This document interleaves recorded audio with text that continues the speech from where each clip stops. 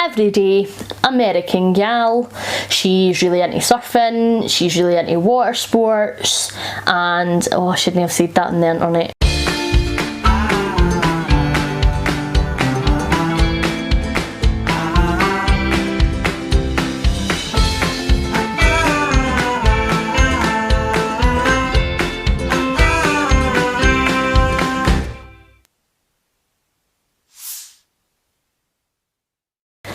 And welcome back to BookTube with Amy. This is my latest weekly wrap up. So if you've watched my channel for a wee while, then you will know that I have quite the mermaid obsession. I have had my hair dyed red for so many years because I am just obsessed with the Little Mermaid, and I have been really craving a decent mermaidy book this year, and every single mermaidy book that I have read has just hit the mark. So I had asked for some recommendations in one of my previous videos, and I'd also asked for recommendations in one of the Facebook book groups that I am a part of, and a couple of people got back to me, and so I read 2 books that I was suggested. So the first book that I read was Songs from the Deep by Kelly Powell, and this is one that Simon actually got me last Christmas for, well, Christmas, and it was one that I had been suggested a wee while ago that I just hadn't gotten round to reading, so I thought I would give it a chance. And in this one we have our main character Moira.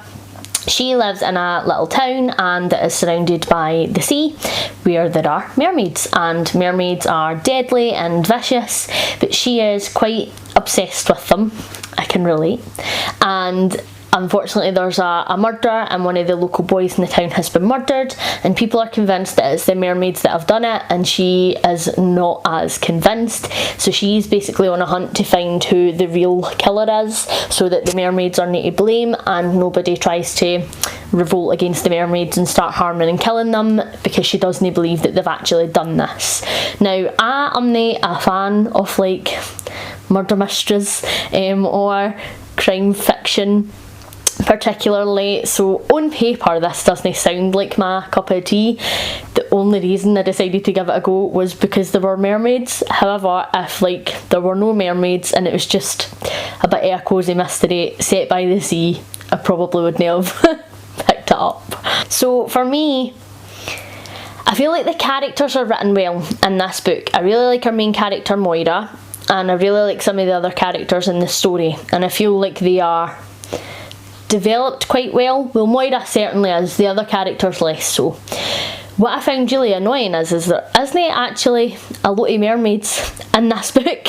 So the mermaids are in it, you're sort of seeing them from afar, where Moira is, she plays violin, and so she'll sometimes go and she'll play her violin beside the seashore so that the mermaids can, you know, use their siren ways and sing along to it.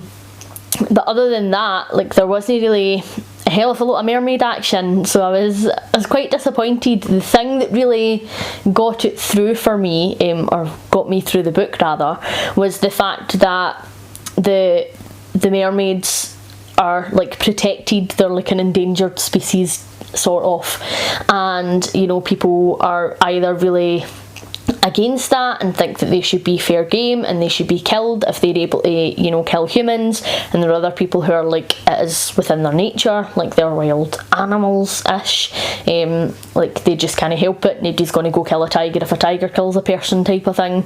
So that was interesting, and in this small town especially, because there was quite a divide on where people sat.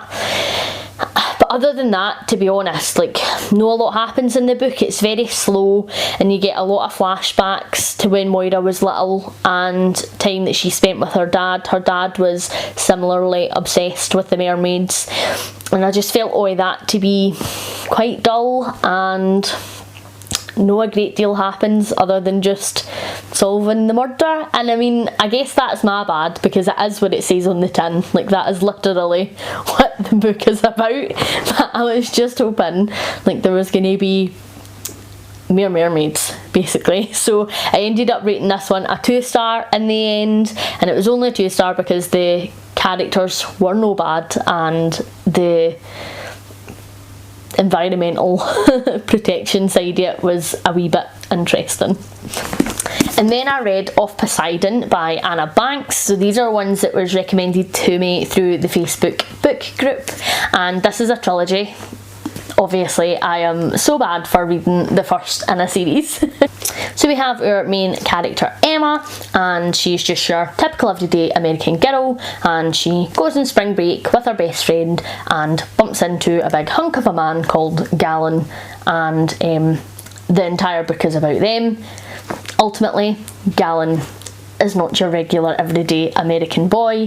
He's actually a merman, and like, is a prince. So, Prince of the Mermaids, essentially.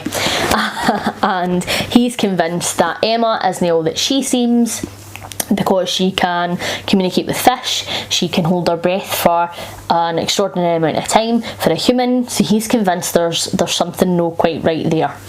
And the story just really revolves around them. This was a bit up and down for me as a book. So the plot is great, and I really enjoyed the plot.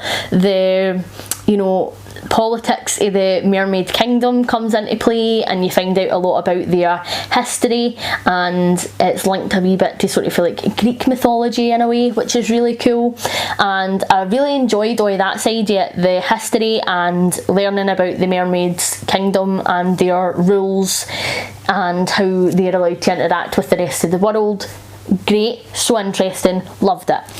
When it came to the dynamic of Galen and his brothers and sisters and their relationships, absolutely loved that as well. I thought that was great, and you know how it's displayed in most fantasy books when there are a couple of kids in line to the throne, just the amount of pressure and stuff that is on them, and how they all have different roles and responsibilities, and how that then affects their relationships. Basically, I found brilliant and really interesting. How many times have I said really interesting? But I enjoyed that aspect of it. The only thing that let this book down for me is there would be like a drop, like quite a big plot point, and you'd be like, oh my god, and then like you'd get so excited to read it and you'd want to read a whole bunch more, and then you'd be like, oh right, so now we're just back to like Emma and Galen awkwardly flirting and no really a lot happening, is it? And I don't mind romance as long as it isn't the focus of the book. I feel like this series is quite romance forward, plot second, which isn't my favourite. So I was a wee bit disappointed in that, because when the great plot points were happening, I just wanted to read more about them, and I just found the world that Anna Banks created so engaging, and I was just losing myself in it, that I just wanted to stay in that world. So then when we were back to just a slightly awkward teenage romance, I was like, oh right, okay, it just pulled me out a wee bit.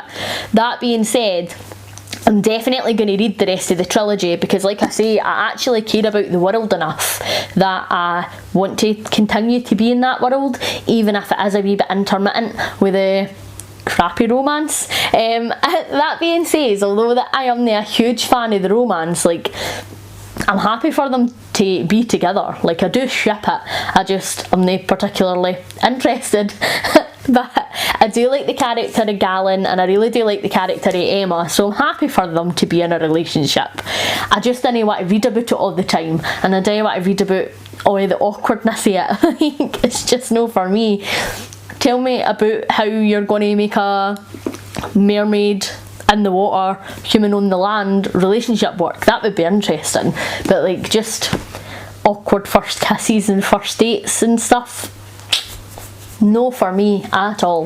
But I'm definitely going to continue the series, because I do really enjoy the world, and I care enough about the characters and the plot to want to find out what happens. And I'm not going to say too much plot wise, because it is the first in a series, so I'm trying to be better at not spoiling books. So I rated this one a 3-star. It was middle of the road, just because the romance was sort of pulling me out, but I enjoyed it enough that it ranked higher than Strong Suit the Deep.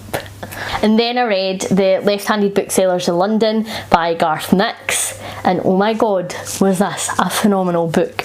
We have our main character Susan, and she doesn't know her dad. She's never met him, never known him, and she's decided now is the time she's going to try and find him. So she goes to get some help from Uncle Frank, and Uncle Frank, as now it seems, he's a bit of a mobster and a crime boss. And when she goes to Frank's house, all hell breaks loose, and she finds herself in an alternative London with a magician, Merlin, who is a left-handed bookseller. She finds out about this whole race of people who are right-handed or left-handed booksellers, and the type of people that they are and the jobs that they can have, and who they protect are determined on whether they are left-handed or right-handed. And there are a whole horde of monsters and demons and goblins and all sorts of creatures, and she just finds herself right smack dab in the middle of it while she is just trying to find her dad. And this is a phenomenal book. The world was fantastic. It was so brilliantly done.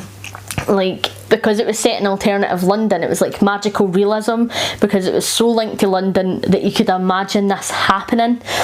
It was just fantastic. And the fact that we are met with Merlin, who's just a completely eccentric magician, and Susan, who is quite straight-laced and, you know, just trying to find her dad and get her life on track.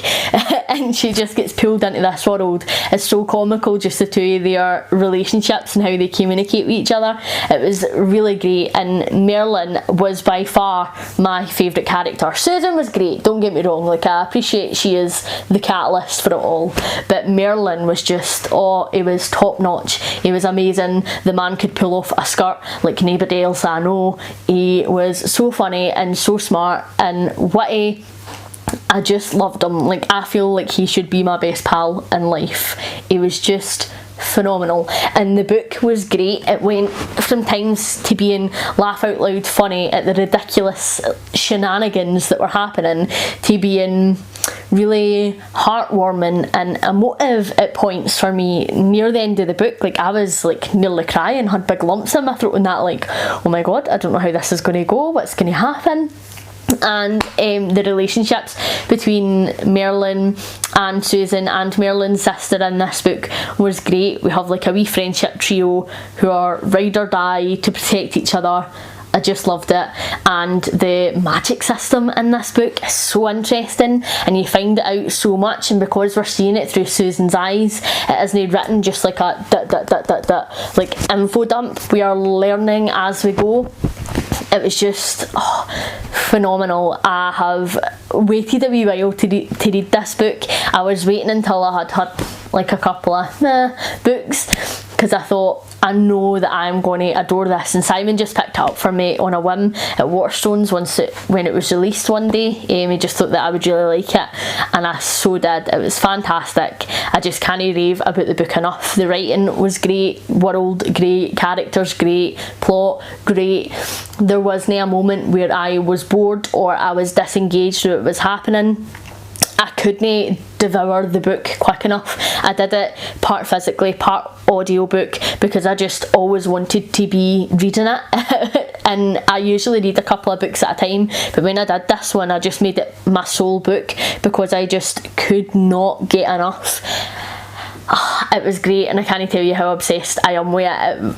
It's probably one of the best books that I have read this year, and for that reason I rated it a 5-star. I'm sure that is no surprise to anybody. We all saw it coming, but it was just phenomenal. If you like fantasy, if you like magical realism, please check this book out. It was phenomenal. So that's it for me for this week. Hopefully that you are enjoying everything that you are reading at the moment, and I'll see you in the next one. Bye.